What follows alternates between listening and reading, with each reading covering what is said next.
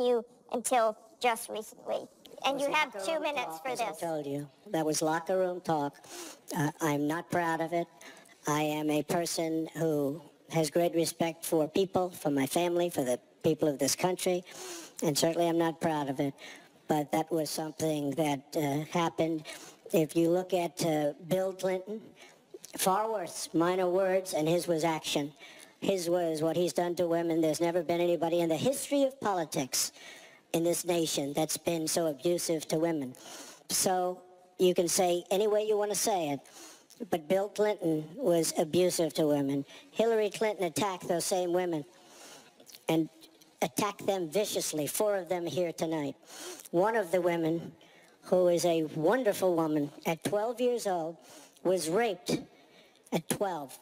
Her client, she represented, got him off, and she's seen laughing on 2 separate occasions, laughing at the girl who was raped. Kathy Shelton, that young woman, is here with us tonight. So don't tell me about words. I apologize for those words. But it is things that people say. But what President Clinton did, he was impeached. He lost his license to practice law. He had to pay an $850,000 fine to one of the women, Paula Jones, who's also here tonight. And I will tell you that when Hillary brings up a point like that, and she talks about words that I said 11 years ago, I think it's disgraceful, and I think she should be ashamed of herself, if you want to know the truth. Can we please hold the applause? Secretary Clinton, you have 2 minutes. Well, first, let me start by saying that so much of what he's just said is not right, but he gets to run his campaign any way he chooses. He gets to decide what he wants to talk about. Instead of answering people's questions, talking about our agenda, laying out the plans that we have that we think can make a better life and a better country, that's his choice. When I hear something like that, I am reminded of what my friend Michelle Obama advised us all. When they go low, you go high. And look, if this were just about one video, maybe what he's saying tonight would be understandable. But everyone can draw their own conclusions at this point about whether or not the man in the video or the man on the stage respects women. But he never apologizes for anything to anyone. He never apologized to Mr. and Mrs. Khan, the Gold Star family, whose son, Captain Khan, died in the line of duty in Iraq, and Donald insulted and attacked them for weeks over their religion. He never apologized to the distinguished federal judge who was born in Indiana. But Donald said he couldn't be trusted to be a judge because his parents were, quote, Mexican. He never apologized to the reporter that he mimicked and mocked on national television and our children were watching. And he never apologized for the racist lie that President Obama was not born in the United States of America. He owes the president an apology. He owes our country an apology. And he needs to take responsibility for his actions and his words.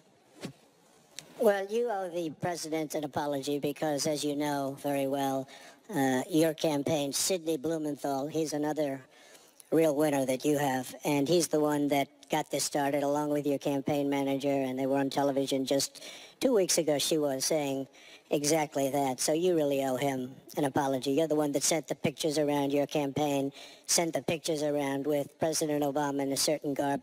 That was long before I was ever involved, so you actually owe an apology. And number 2, Michelle Obama. I've gotten to see the commercials that they did on you. And I've gotten to see some of the most vicious commercials I've ever seen of Michelle Obama talking about you, Hillary. So you talk about friend. Go back and take a look at those commercials. A race where you lost, fair and square, unlike the Bernie Sanders race where you won, but not fair and square, in my opinion. And all you have to do is take a look at WikiLeaks and just see what they said about Bernie Sanders and see what Deborah Wasserman Schultz had in mind. Because Bernie Sanders, between superdelegates and Deborah Wasserman Schultz, he never had a chance. And I was so surprised to see him sign on with the devil. But when you talk about apology, I think the one that you should really be apologizing for, and the thing that you should be apologizing for, are the 33,000 emails that you deleted and that you acid washed. And then the 2 boxes of emails and other things last week that were taken from an office and are now missing. And I'll tell you what, I didn't think I'd say this, but I'm going to say it. And I hate to say it. But if I win, I am going to instruct my Attorney General to get a special prosecutor to look into your situation, because there has never been so many lies, so much deception. There has never been anything like it. And we're going to have a special prosecutor. When I speak, I go out and speak. The people of this country are furious. In my opinion, the people that have been long-term workers at the FBI are furious.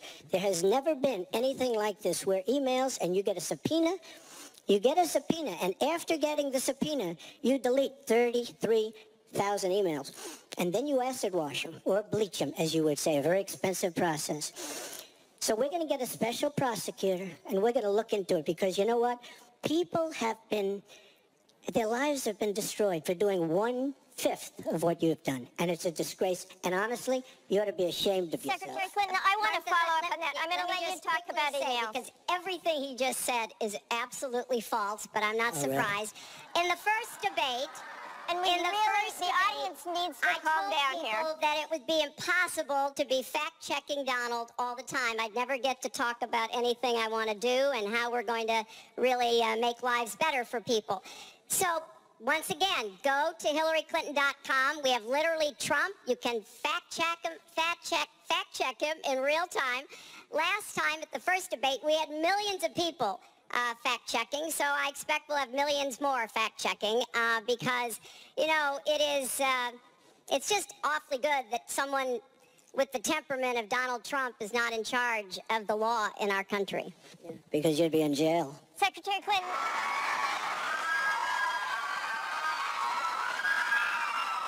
We want to remind the audience to please not talk out loud. Please do not applaud. You're just wasting time. And Secretary Clinton, I do want to follow up on emails. You've said your handling of your emails was a mistake. You disagreed with FBI Director James Comey, calling your handling of classified information, quote, extremely careless.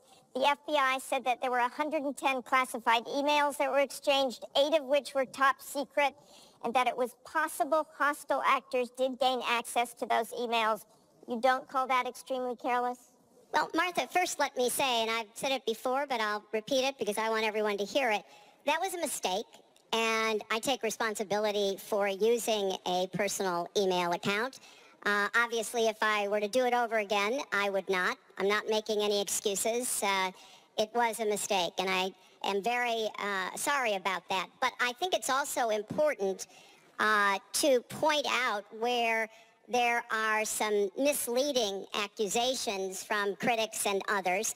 After a year-long investigation, there is no evidence that anyone hacked the server I was using, and there is no evidence that anyone can point to at all, anyone who says otherwise has no basis, that any classified material ended up in the wrong hands. I take classified materials very seriously, and always have. When I was on the Senate Armed Services Committee, I was privy to a lot of classified material. Obviously, as Secretary of State, I had some of the most important secrets that we possess, such as going after bin Laden. So I am very committed to taking classified information seriously, and as I said, there is no evidence that any classified information ended up in the wrong hands. Okay, we're going to move on. And yet, she didn't know the letter C on a document, right? She didn't even know what that letter meant. You know, it's amazing. I'm watching Hillary go over facts, and she's going after fact after fact, and she's lying again because she said she what she did with emails was fine. You think it was fine to delete 33,000 emails? I don't think so. She said the 33,000 emails had to do with her daughter's wedding, number one, and a yoga class. Well, maybe we'll give 3 or 4 or 5 or something. 33,000 emails deleted. And now she's saying there wasn't anything wrong. And more importantly, that was after getting a subpoena. That wasn't before. That was after. She got it from the United States Congress. And I'll be honest, I am so disappointed in congressmen, including Republicans, for allowing this to happen. Our Justice Department, where her husband goes onto the back of an airplane for 39 minutes, talks to the Attorney General days before a ruling is going to be made on her case. But for you to say that there was nothing wrong with you deleting 39,000 emails, again, you should be ashamed of yourself. What you did, and this is after getting a subpoena from the United States Congress. We have to move on. Secretary Clinton, you can respond, and then we got to move on. We want to give the audience a chance you'd be put in jail, let alone after getting a subpoena from the United States Secretary Congress. Clinton, you can respond, then we have to move on to an audience question. Look, it's just not true, and so please you go didn't to delete them? Allow her to respond, please. personal emails, not Oh, official. 33,000? Not well. We turned over 35,000, so Oh, yeah. it was. What about the other 15,000? Please allow her to respond. She didn't talk while you talked. Yes, that's true. I didn't. And you I have didn't nothing in to the say. first debate, and I'm going to try not to in this debate because I'd like to get to the questions that the people have brought here tonight to talk to us about. And get off this question. Okay, Donald, I know you're into big diversion tonight, anything to avoid talking about your campaign and the way it's exploding and the way Republicans are leaving you. But let's let's at see what least happens. focus Allow her to on some respond. of Let's the see what issues happens. that people care about tonight. Let's get to their questions. We have a question here from Ken Karpowicz. He has a question about health care. Ken? I'd like to know, Anderson, why aren't you bringing up the emails? I'd like to know. Why aren't you We getting brought to up the bottom? emails. No, it hasn't. It hasn't. And it hasn't been finished at all. Ken Karpowicz has a question. Nice to 1 on 3. Thank you. Affordable Care Act, known as Obamacare, it is not affordable. Premiums have gone up, deductibles have gone up, co-pays have gone up, prescriptions have gone up, and the coverage has gone down. What will you do to bring the costs down and make coverage better? That first one goes to Secretary Thank Clinton you. because you started out the last one to the audience. He wants to start. He can start. This- No, go ahead, Donald. No, I'm a gentleman, Hillary. Go ahead. Secretary Clinton? Well, I think Donald was about to say he's going to solve it by repealing it and getting rid of the Affordable Care Act. And I'm going to fix it because I agree with you. Premiums have gotten too high, co-pays, deductibles, prescription drug costs, and I've laid out a series of actions that we can take to try to get those costs down. But here's what I don't want people to forget when we're talking about reining in the costs, which has to be the highest priority of the next president. When the Affordable Care Act passed, it wasn't just that 20 million people got insurance who didn't have it before, but that in and of itself was a good thing. I meet these people all the time, and they tell me what a difference having that insurance meant to them and their families. But every